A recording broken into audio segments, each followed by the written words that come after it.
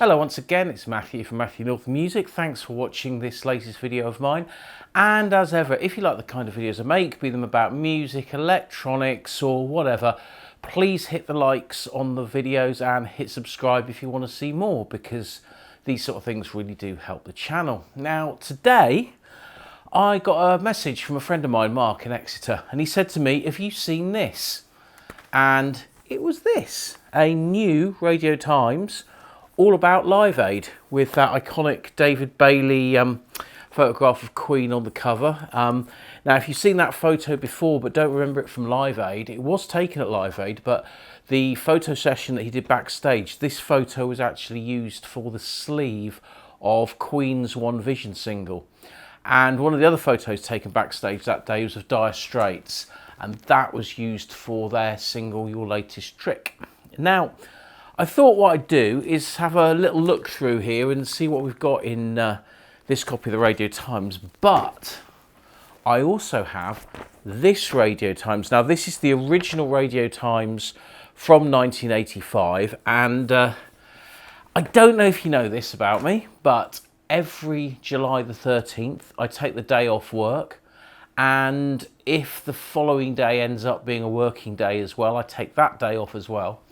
And I sit at home and I watch all of Live Aid on, well, these days it's like a video file on the telly, and I've got it all perfectly synced up so you don't miss a second, and it runs exactly as it did on the day. And I've had these video files for a while, although this year I have upgraded my own personal copy because I've had various videos, VHSs, Betamax tapes, off-air recordings of Live Aid, and it was a job I was going to do for lockdown, and I never got around to it until more recently, but I've now got a perfect copy of the British version of Live Aid with stereo sound, so I can watch it on the telly, have the sound through the hi-fi, and it will be, you know, great.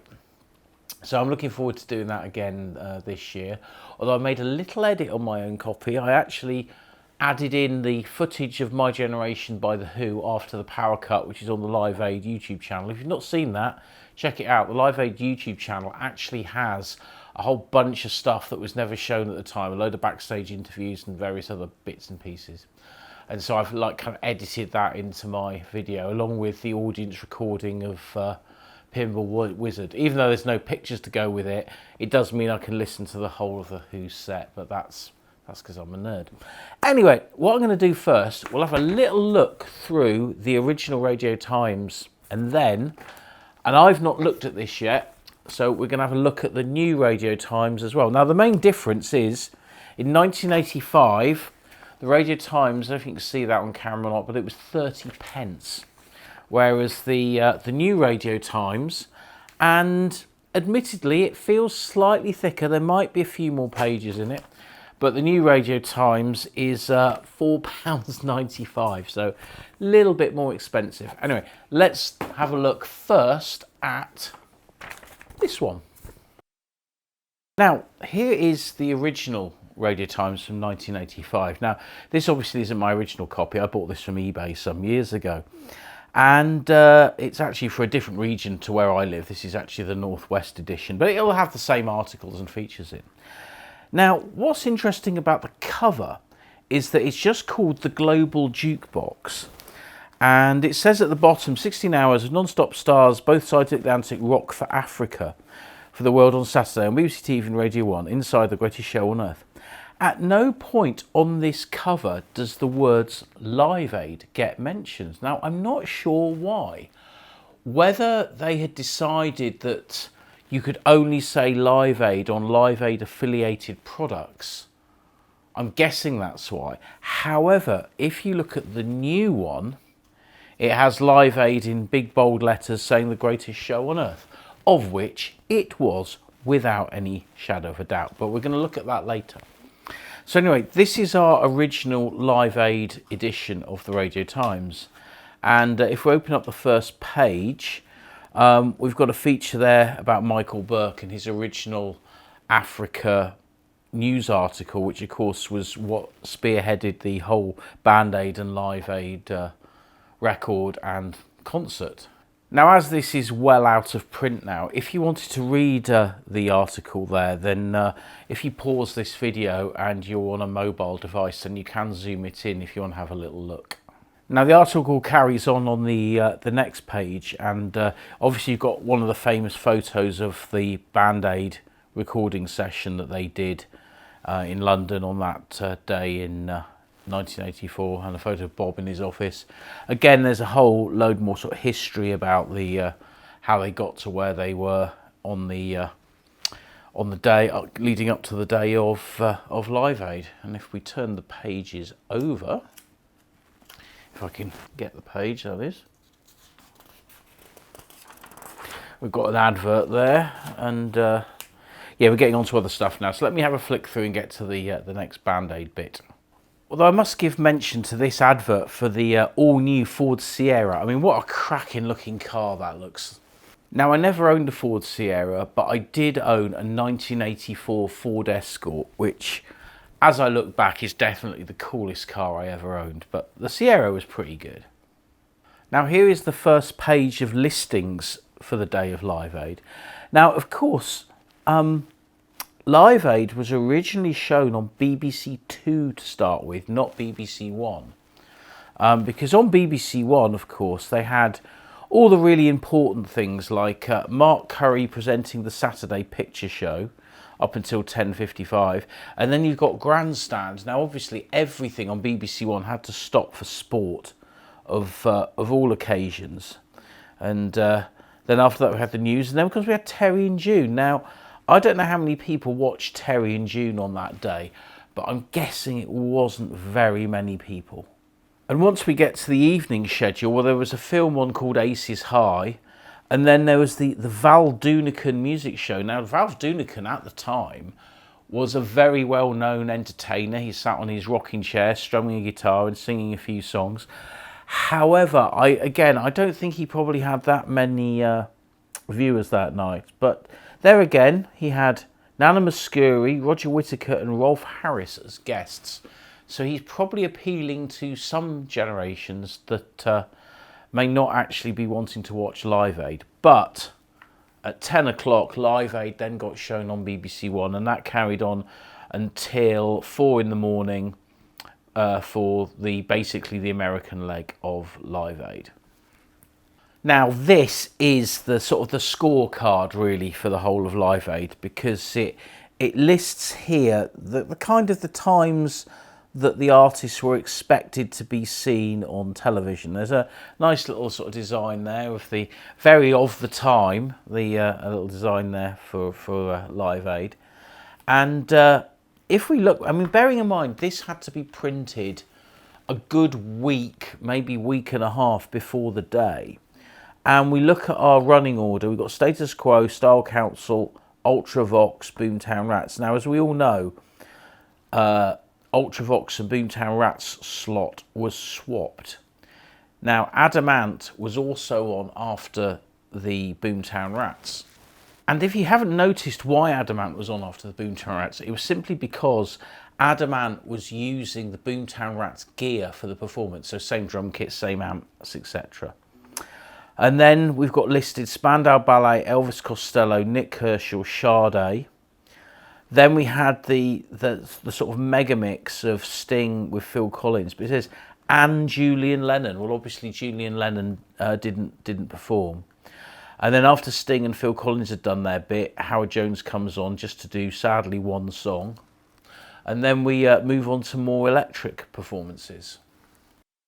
Now, according to the list, this kicks off with Brian Ferry, followed by Paul Young, who had a guest with him, Alison Moyet. Now, the day before Live Aid, they actually performed in Cornwall at the St Austell Cornwall Coliseum, and there is a little bit of footage of that that a local news crew filmed at the time.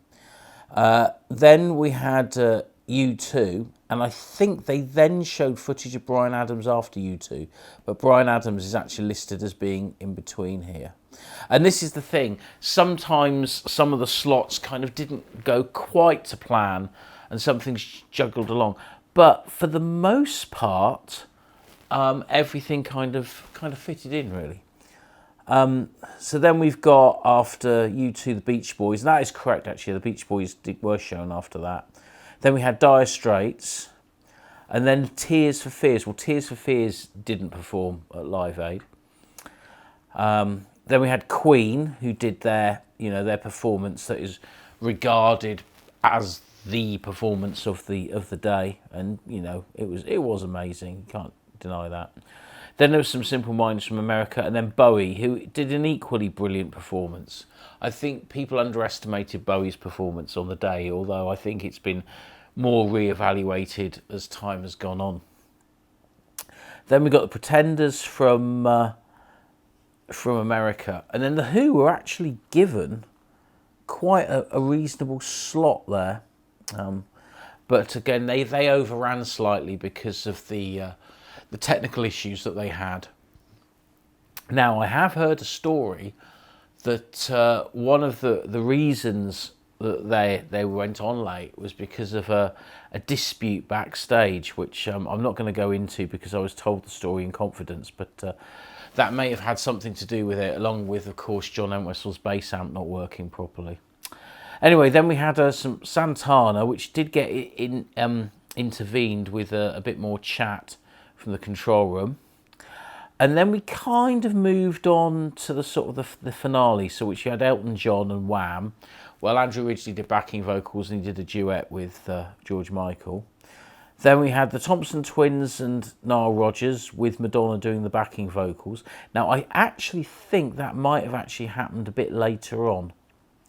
I can't remember the full order off the top of my head, but anyway, after that we've got now Wembley finale, Freddie Mercury and Brian May. So that encore was always planned, which I didn't really think too much of at the time. I thought it was they just did the encore because they'd gone down so well early in the day, but no, that was planned.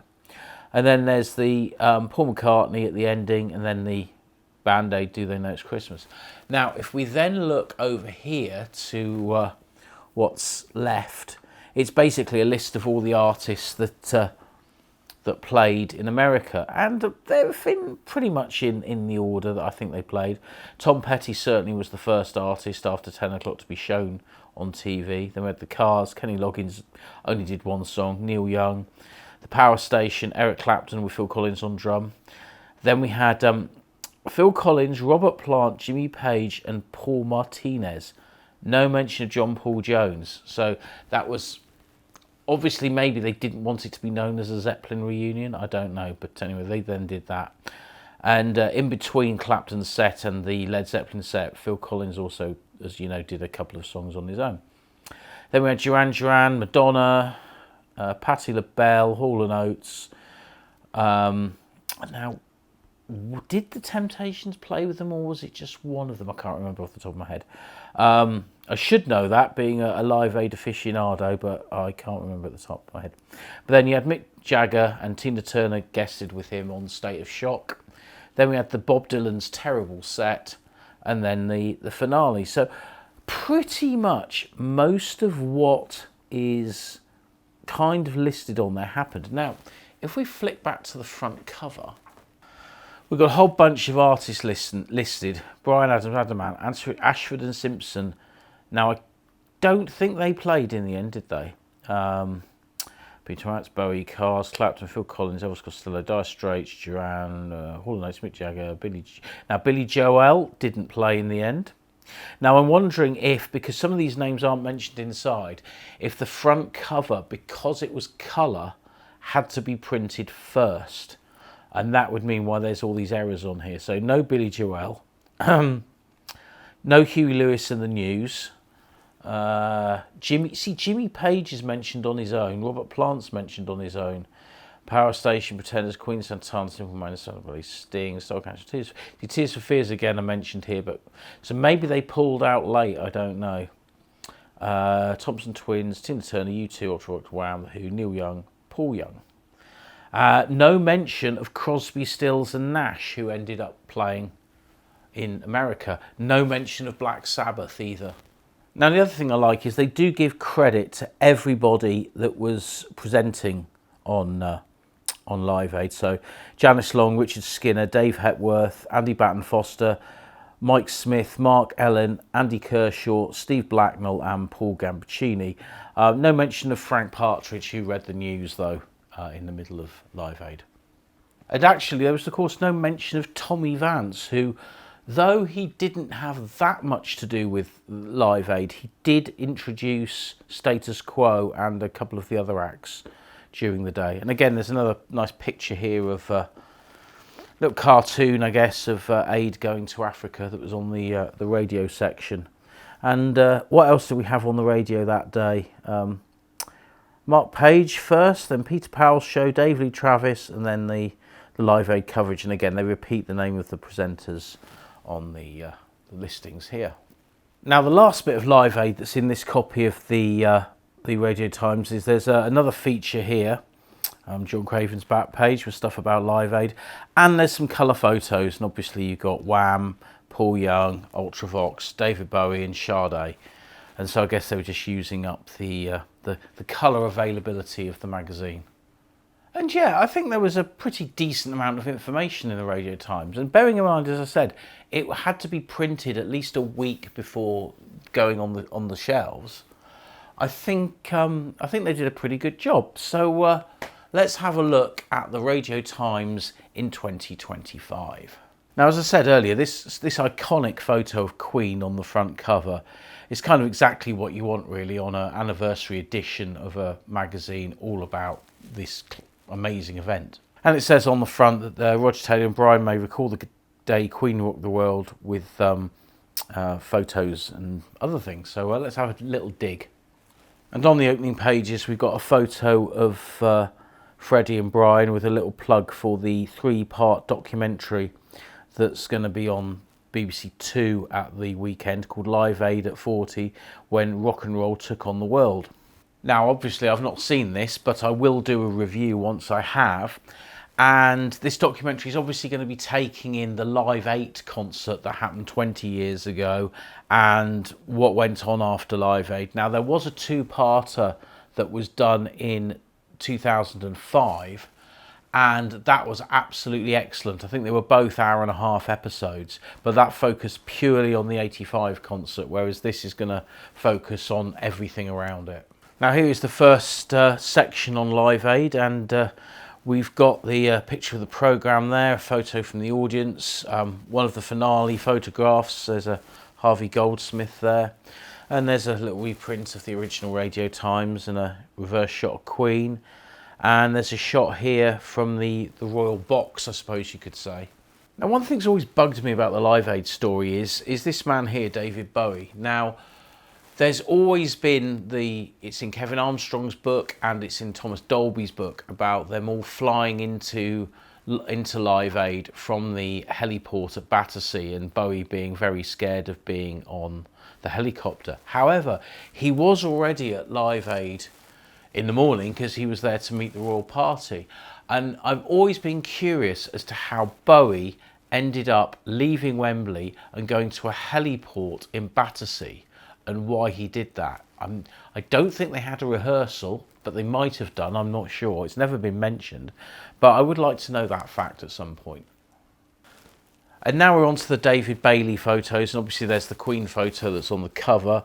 And on this side we've got Elton with George Michael, Kiki Dee, and yeah, Bernie Taupin there as well. And I've not actually seen that photograph before, so that's a nice picture.